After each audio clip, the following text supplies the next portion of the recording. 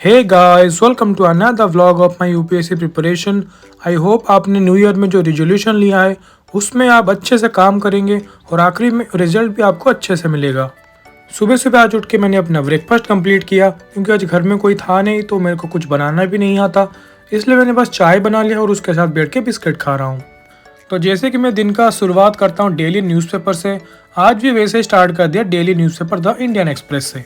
तो चलिए देखते हैं आज के न्यूज़पेपर के एक्सप्लेन वाले पेज में अच्छे वाले आर्टिकल्स क्या हैं। पहला आर्टिकल है Indians and the H-1B visa. America में जो सारे कंपनीज है, फॉरेन कंपनीज जैसे कोई इंफ्रास्ट्रक्चर कंपनी हो गया, और उन कंपनी के सारे जो एम्प्लॉयर है वो मोस्टली ये डिमांड करते हैं कि बाहर के कंट्री से सारे लोग आए वहाँ पे काम करने, जिनके पास अच्छे वाले डिग्री हो और उनके पास अच्छा स्किल्ड हो, ताकि वो एज ए गुड एम्प्लॉय उस कंपनी में काम कर सके। इसमें अभी रिसेंटली ये डिस्प्यूट चल रहा है कि जो अपकमिंग अमेरिका के प्रेसिडेंट है डोनाल्ड ट्रम्प और उनके जो चीफ AI एडवाइज़र है शायद कृष्णन, वो शायद तमिलनाडु से है, और उन्होंने H-1B वीज़ा को लेके कुछ कमेंट किया था अपने ट्विटर में, और उसको लेके ये सारे केस हुआ है। ये जो H-1B वीज़ा है ये इंडियन के लिए, ये जो H-1B वीज़ा है ये इंडियंस के पर्सपेक्टिव में बहुत ज़रूरी है, क्योंकि अगर बाहर का कोई कंपनी इंडियन को अपने कंपनी में असाइन करता है तो ये अच्छी बात है कि उनको काम करने के लिए कोई जॉब मिलेगा। और ये भी हो सकता है कि अगर हमारे इंडियन लोग जाके वहाँ पे काम करें और उनको अच्छा सैलरी मिले तो मोस्टली वो एक अच्छा रेमिटेंस के लिए भी काम आ सकते हैं। और दूसरा आर्टिकल ये है कि जो नासा का जो पार्कर सोलर प्रोब है वो भी सन के बहुत पास चला गया था, और बताया ये जा रहा है कि अगर सन और अर्थ के बीच में डिस्टेंस 100 सेंटीमीटर होता है तो ये जो प्रोब था ये सन के इतना पास चला गया था कि सन और इस प्रोब के बीच में डिस्टेंस 4 सेंटीमीटर का हो गया था। और इससे ये भी स्टडी हुआ कि the solar winds are usually deflected by earth's magnetic field which act like a protective shield. Then हमारे स्पेस डॉकिंग के लिए जो 2 सैटेलाइट अभी ऊपर जाने वाले थे PSLV C60 के हेल्प से, अभी उन दोनों को अपनी सटीक पॉइंट में डिप्लॉय कर दिया गया है। तो आज के न्यूज़पेपर में बस इतना ही था। फिर उसको कंप्लीट करके मैंने थोड़ा ब्रेक लिया, फिर उसके बाद मैं पढ़ने बैठ गया अपना डेली करंट अफेयर्स। इसमें मैंने पहले किया है देवरीगढ़ वाइल्ड लाइफ सेंचुरी। ये ओडिशा के बरगढ़ डिस्ट्रिक्ट में सिचुएटेड है and its find a special mention because of noted freedom fighters Veer Surendra Sai. ये 1985 में एक वाइल्ड लाइफ सेंचुरी के नाम से डिक्लेयर हुआ था। इसका वेजिटेशन है dry deciduous and mix forest. यहाँ पे जो भी सारे फनाज पाए जाते हैं वो है tiger, sloth bear, leopard, hyena, spotted deer, antelope, sambar, gaur, nilgai, bison, langur monkey etcetera. Then किया Guru Ghasidas Tamor Pingla tiger reserve. It is located in Chhattisgarh but bordering Madhya Pradesh and Jharkhand. ये इंडिया का 3rd लार्जेस्ट टाइगर रिजर्व है। It is connected to Bandhavgarh tiger reserve in Madhya Pradesh to the west and Palamu tiger reserve in Jharkhand to the east. It is situated in Chota Nagpur Plateau and partly in Bagelkhand Plateau. It is contiguous with Sanjay Dubri Tiger Reserve in Madhya Pradesh. Then Satyamangalam Tiger Reserve. It is located at the junction of Eastern and Western Ghat in the Nilgiri Biosphere Reserve in the Erode district of Tamil Nadu. Its area is contiguous with Muddumalai Tiger Reserve and Bandipur Tiger Reserve. Together, these reserves form the Nilgiri Biosphere landscape, have the biggest tiger population in the world. इसका vegetation mostly tropical dry thorn forest, mixed deciduous forest, then semi evergreen forest है। The climate is mostly sub tropical and dry. Then किया है Tungareshwar tiger reserve. It is located in the Palghar district of Maharashtra. The sanctuary is spread over an area of 85 square kilometer. It serves as a vital corridor between Sanjay Gandhi National Park and Tansa Wildlife Sanctuary. It is characterized by hilly terrain, dense forest, small rivers और streams.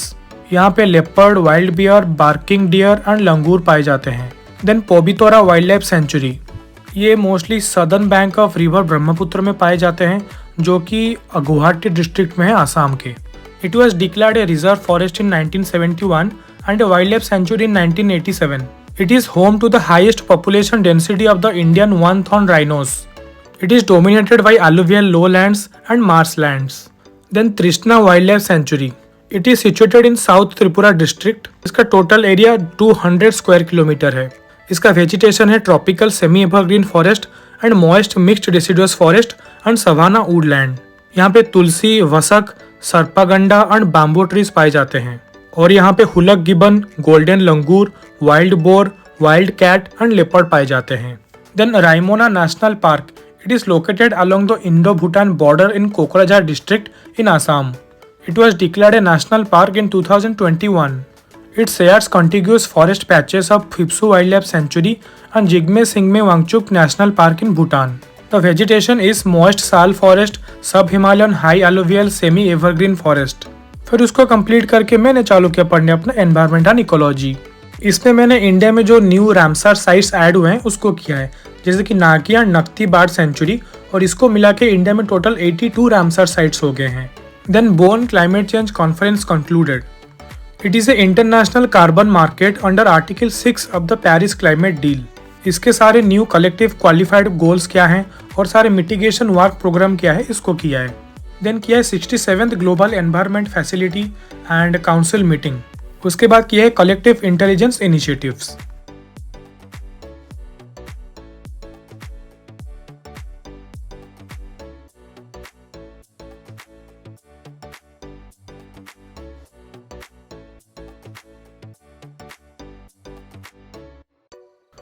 Environment का news सारे मैं mostly newspaper से पढ़ता हूँ, और नहीं तो जो भी सारे बाकी दे जाते हैं उसको मैं विजन आइज के मैगजीन से कंप्लीट करता हूँ।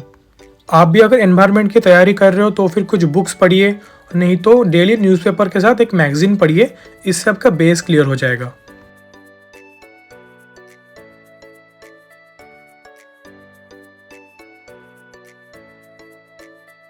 फिर एनवायरनमेंट को कंप्लीट करके मैंने थोड़ा ब्रेक लिया।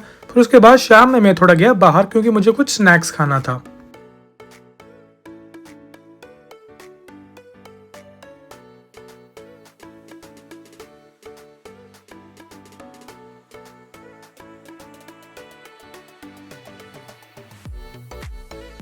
फिर बाहर से आके मैंने फिर से चालू किया पढ़ने अपना इकोनॉमिक्स।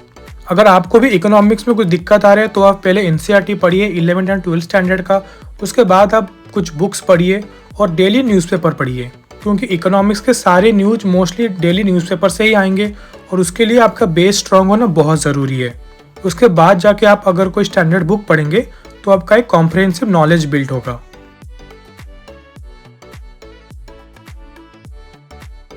तो आप सबके लिए मैंने शॉर्ट्स का एक नया सीरीज चालू किया है, जिसमें मैं डेली एक करंट अफेयर और डेली एक वाइल्ड लाइफ सेंचुरी डिस्कस करूंगा। अगर आपने अभी तक मुझे इंस्टा में फॉलो नहीं किया तो वहाँ पे भी जाके फॉलो कर लीजिए, क्योंकि वहाँ पे भी मैं डेली एक करंट अफेयर को वीडियो अपलोड करूंगा। अगर आपने मुझे अभी तक इंस्टा में फॉलो नहीं किया तो वहाँ पे भी जाके फॉलो कर लीजिए, क्योंकि वहाँ पे भी मैं डेली एक करंट अफेयर का वीडियो अपलोड करूंगा। और इंस्टाग्राम का ID आपको डिस्क्रिप्शन बॉक्स में मिलेगा, माई जर्नी ऑफ UPSC के नाम से।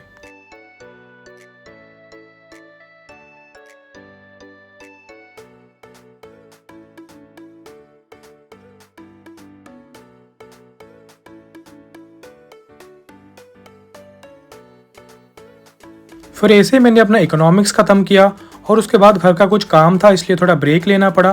फिर उसके बाद मैंने चालू किया करने अपना डेली मॉक टेस्ट, जो कि मैं विजन आइज से करता हूँ।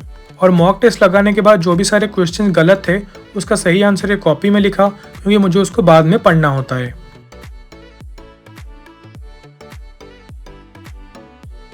मैं सबको यही बोलूँगा कि आप भी डेली एक एक मॉक टेस्ट लगाइए, क्योंकि जितना मॉक टेस्ट आप खुद लगाएंगे ये आपके लिए बहुत बेनिफिशियल है, और ये प्री में भी आपको बहुत हेल्प करने वाला है। पहले 2 घंटे बैठ के मॉक टेस्ट लगाओ, उसके बाद जो भी सारे क्वेश्चन गलत हैं उसका सही आंसर पता करो, क्योंकि क्वेश्चन का सही आंसर जानना बहुत ज़रूरी है।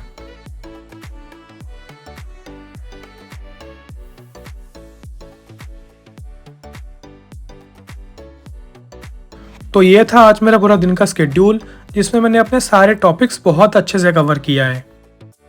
अगर आपको ये वीडियो अच्छा लगा हो तो प्लीज़ लाइक करें, शेयर करें एंड कमेंट करें। अगर आप मुझे अभी तक इंस्टा में फॉलो नहीं किए हैं तो वहाँ पे जाओ, इंस्टा में फॉलो करो, और वहाँ पे आप डेली करंट अफेयर के अपडेट पा सकते हो।